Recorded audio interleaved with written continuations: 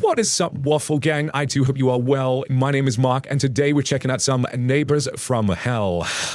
If you are new here, please consider hitting that like, that subscribe, and maybe that notification bell too, as it massively helps out our channel. Let's dive straight in to the day's stories. Now, our first story comes from Catherine, 1990, and it's more of a question asking for advice, as well as a bit of story in there as well. And it's, I have given my intrusive neighbor an inch, and she has taken a mile, and now I feel like a prisoner in my own house. What do I do? My next door neighbor is a middle-aged woman who lives with her elderly mum. Not because her mum needs to be taken care of, I believe it's the other way around. She doesn't work and is basically a little girl in a 50-year-old body. I work from home, and this woman is home all day, smoking in the garage and doing who knows what. Whenever I go outside, she magically appears and gives me her expert advice on whatever I'm doing. If I engage in a conversation with her, just to be nice, it'll eat up to 20 to 30 minutes of my time. It's one of those inescapable conversations. And if I do anything, and I mean anything, like bite my fingernail out of nervousness because I don't know when I'll be able to exit this conversation, she'll go, "Stop, wait, I got a cream for that." Or if I shoo away a fly, she'll go, "Wait, I got the best bug spray, top of the line." Everything she has is top of the line or the most expensive, high quality out there. And she got something for everything. I literally can't move around her because she's got something that everything I'm doing. One time she caught me painting a statue in my garden. So she came over with boxes and boxes of paint. Once she starts up with a new topic, tack on another 20 minutes of time. I feel like a prisoner at my own house. And that's just my experience with her while I'm outside. Before I knew any of this about her, I made a mistake of inviting her into my house for a cup of coffee. Well, she actually saw me drinking coffee on my front porch one day and asked if she could have one. While I found that a bit intrusive, I felt rude saying no, so I made her one. And when I was making a coffee in my kitchen, she continued talking to me from my front porch, and I couldn't really hear what she was saying. I felt rude, so I invited her into the foyer rather than have her stand outside. Mistake. Now she comes over twice, sometimes 3 times a week for coffee. And whenever she sees me outside, she asks, "Can I have a coffee?" When she rings my doorbell and I answer the door to greet her, she's already stepping into my house. Like a vampire that I can't stop from coming inside because I've already made the mistake of inviting her in once. And each time she comes over, she's getting more and more comfortable in my house, sitting on my couch. She reeks of cigarette smoke. I didn't smoke and prefer to have my house not smelling like that. And now she's asking to borrow things, browsing the shelves in my living room, and then exclaiming, "Oh, my mom would love to read this. You're not reading it right now, right? I bring it back. You know where I live anyway." And then she helps herself to an item on the shelf. I don't like being a bitch to people, but I feel like the only way to stop her is to be one. What do I do? I'm a single 30-year-old woman living alone, and I think I'm way too nice, to the point where I let things go beyond what I'm comfortable with. This was my mistake, I know, but how do I undo all of this in the nicest way possible? If I had it my way, I'd have it so that she never comes back into my house ever again. I'm sorry if that sounds bitchy, but she is my neighbor, not my friend. She's not my type of person. We have nothing in common. I just want to be left alone. Now, many moons ago, I would be able to relate to this one quite strongly. I remember someone in my workplace. You know, I'm pretty friendly with anyone, but sometimes, you know, I like my alone time. And in my workplace where I worked at this particular time, there was this woman there who would come talk to me during my lunch break. Whenever she'd see me, she'd come up to me and she'd start talking to me. And very much like this story, always putting her advice where it's not needed and stuff like that. I couldn't read social cues and everything, and it just got to the point of annoyance. I entertained it for a good long while, much like OP did in this situation, and it was very awkward to say the least. And again, I didn't dislike this person, but, you know, we were gelling. We didn't see eye to eye. This person thought they knew what was best for my life all the time. And I'm always of a strong opinion of, you know, I know what I need in my own life. And in general, I'll ask for advice. I'm always happy to listen to people with more experience than me on things and stuff like that. But I always follow my own heart in the end. But I pretty much let it get to this stage as well. And it's very, very hard. Not to the point of going into my house, but at work where there was like on me all the time, and it was just way too much. And in the end, I had to just say things like, I built it up very slowly. I would say, like, you know, "I can't talk right now, I'm a bit busy," and pretty blunt, not in a completely nasty way, but a very, "Not right now, I am too busy." It slowly seemed to sink into her that, you know, I'm not interested in talking right now, and we're not that compatible. She eventually moved on to someone else, poor other person, but they might be more compatible together, you know. I'm sure someone would find an absolutely amazing person to be around. But word did get back to me one day that she called me a grumpy bastard, but that afterwards. But I think you have to You do have to stand your ground in this situation. You can't just keep being walked over. Otherwise, you're just making your own life miserable. And no one wants that in their own life, right? But a little bit 618 says you need to be assertive with her, probably borderline rude. Set your boundaries and don't let her cross them. And Ali B64 says, I guarantee you're not the first person she's latched onto this way, and you won't be the first person to tell her she's intrusive. So figure out a nice way to tell her to get lost, and keep repeating it until she gets the message.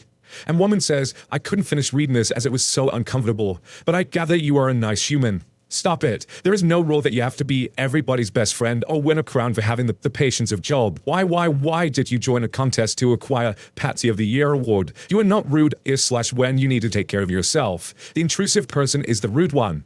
Your home, your time, your life, your peace of mind, you'll give to yourself. When the light bulb goes off, you do not have to take care of anyone else's feelings or be responsible for their entertainment or supply refreshments to them or even talk. Take care of yourself first, not some neighbor you are in no way responsible for. You have an invader. Act on ways to defend your life, not the invaders. And we have one more from Fluffy Designer saying, take your keys everywhere with you. Make a habit of locking the front door. When she comes over, say, sorry, I can't chat right now. I was just leaving, and get in your car and drive away. Wait 10 to 15 minutes and come back. If she comes over and says, oh, I forgot something, go into the house and hide. Make yourself unavailable to her. You don't have any coffee. You just ran out. You don't have a mug. The shelf broke last week, and they all smashed. So sad. Such a tragedy. I've had to dodge my neighbors a few times, be creative, and eventually she'll either take the hint or get annoyed and decide it's too much trouble. Alternatively, get a bunch of cats and pretend to be crazy. This has also worked for me. Now, I'm not sure if I totally agree with that last comment. I mean, you're making your life a bit of a misery by having to go out 10 to 15 minutes and come back. Maybe she will get the hint at the end, and especially don't get litters of cats to keep her away. It's kind of crazy. But hey, I guess it's another idea. But let's move on to the next story. And our next story comes from Prestigious Green 686. Neighbor threatened to shoot my boyfriend. I called the cops. I live in a condo on the second floor. Downstairs neighbor for 10 years has been an elderly woman. Then her son moved in, and now her daughter-in-law. The son, in his late 50s, has always been annoying. Saying we talk too much, here is having sex, mad about the time of night I was doing laundry. Basically, me living annoyed him. Then the last maybe year, he'd been fine, until his wife moved in a few months ago. She's a nightmare. Constantly hear her screaming about her husband that he's an arsehole, screaming at the dogs, just always screaming. About a week ago, an ashtray that I'd forgotten on my balcony blew over and the butts ended up on the patio below me. I hear her screaming, then I'm a bad swear word, and a speed freak, and she's going to shove the butts down my throat. She ended up coming to my door, and this was the first time we've spoken. She was just yelling at me. I apologized, explained it was an accident, and offered to pick them up for her. She huffed and walked away. One night my boyfriend got home from work later than usual, around 11:30. He works second shift. He had to go back out to the car to bring something up, and she comes outside and starts screaming how inconsiderate he is for walking down the steps, and how she hears him doing it all night. He does stay up all night and sleeps like 6 a.m. till 2 p.m. Then she says she's gonna get a gun and shoot him and punch me in the face and shove my teeth down my throat. I hide this and go out my balcony and just say, excuse me. She goes, fuck you, you meth heads. I'm gonna call the police. I hear you all night walking around. I said, we are not meth heads, and she just interrupts, screaming more, and her husband calls her back inside. Neither of us raised our voices or said anything inappropriate. I called the cops. She threatened to do it, so obviously doesn't care. And she threatened to shoot us. Cops came out. I explained the situation, as did my boyfriend. Then they talked to her. We said we didn't want anything really to happen, just wanted it on the record if God forbid she did do something. Can't wait for tomorrow to see what happens. And then OP did post an update on this one as well. So update on neighbor threatening to shoot boyfriend. So I wanted to drop a quick update. I just went out to get my mail because I didn't see a car outside. However, the son/husband was on the patio. I made a non-committed grunting noise in response to his good afternoon. And since he was still there a minute later when I came back, I decided to talk to him. I said, listen neighbor, I don't want us to have any kind of problem. He said that she's gone for the week. She's just there to help him out at his business because he's having problems finding people. So she's sleeping on the couch, and when she doesn't get sleep, she's crazy. Said that he thinks it might all be over anyway because he might have the business sold. I think that means he's leaving. I remember something about moving south the last time he'd mentioned selling the place 3 or 4 years ago. Either way, he was smiling and pleasant. It was very weird, and we ended the conversation a minute or two later after discussing general home maintenance issues. So everyone that's read this far, fingers crossed his business does sell, and hopefully they move and leave his spunky elderly mother here and we can all relax again. If anything else comes up, I'll update. I appreciate the support last time. Felt like I was in a twilight zone or something. And I think that was my biggest concern all the way through this. Obviously, concerned that this couple might get shot by someone. That's obviously a massive concern. Don't get me wrong there. I feel sorry for the elderly woman that was in there. There wasn't much said about her. And it's like, what's going on behind closed doors? If this woman's screaming all day, what's she like to the elderly woman? That was my biggest concern anyway. But I guess we're not going to find out what happened there. And we got a bit of a shorter one from Trashman in Ferris who says, neighbors want me to take down ghost window decals. I just got this text from my horrible next door neighbors. One of the people in my building gave them my number. My apartment is pretty spooky, is my aesthetic. I have some cute ghost decals in my window. They're smiling cartoons, nothing scary or offensive. Hi, we would really appreciate you taking down the ghost stickers out of the window. We have spent and are continuing to spend thousands of dollars to improve our property. This includes negotiating with your landlord to remove the chain link fence and rotten material that is on our property line. We are footing the bill for this improvement, which will benefit everyone, including you. I don't think you understand that we literally have to look at the stuff in your windows from every living area in our home, our kitchen, den, and dining room. We have no choice but to look at it unless we keep our shades drawn at all times. We will ask your landlord to intervene if needed, but it would be great if we could avoid this.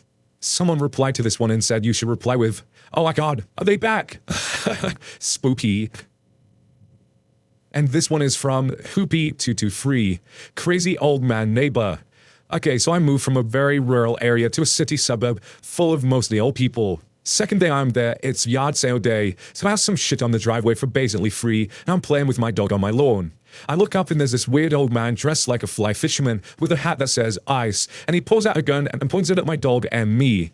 I yell at him to put it away and he does. Then much to some bullshit I didn't catch and walks off. Told the police about it and talked to the neighbors, but nobody could find him. Fucker straight up disappeared. When a week ago I found him, he lives a few houses away and is such a recluse that his neighbors didn't know he existed after 2 years of living there. He would use the house once every week or two and never speaks to anyone.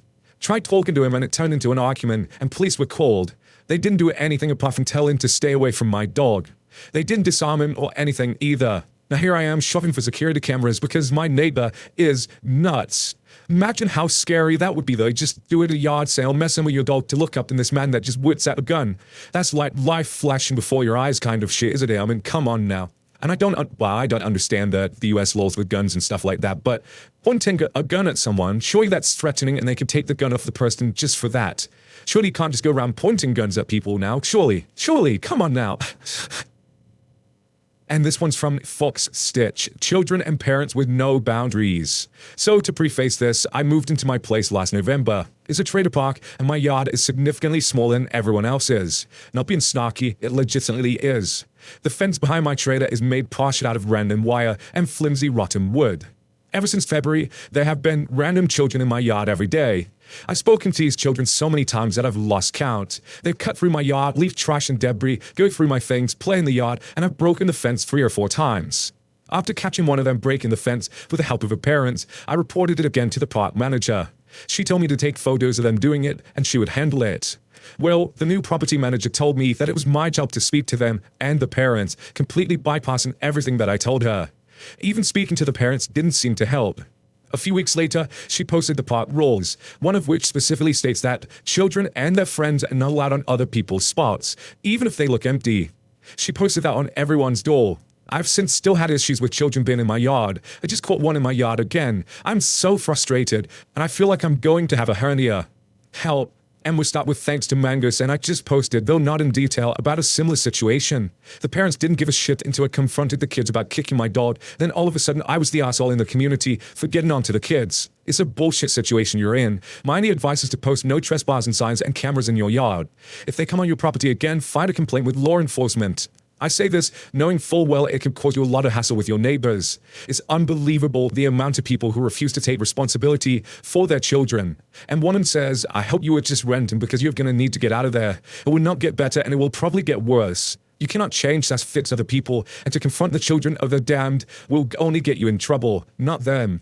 Never touch, intimidate, threaten, or even approach a neighbor's child. Some of these country people would pounce on you like nobody's business. They know the systems and probably have done it before. Stay safe and sane by leaving that community in the dust. Run. And Tinky1966 says, after reading all the horror stories you guys share, I've decided that if I have to rent somewhere, I'm going to become the crazy voodoo biker psycho Satan worshipping holy roller altar warranty selling neighbor they all fear. And we have one more from Primal Raven saying, go through something similar too. I think there's parents out there that because of COVID and on my school, they think that they can let their kids run wild around the community without as much as checking in on them. That it's not their responsibility anymore because COVID is hard, or normally they'd be at school and not their problem. And COVID is hard, no doubt, but it's not acceptable for you to allow your kids to act out in such a way. I'm sorry you guys are going through this. And I just got to finish off with a quick video because 2P says, hit him with a stick. to that, but thought I'd have to read that one out.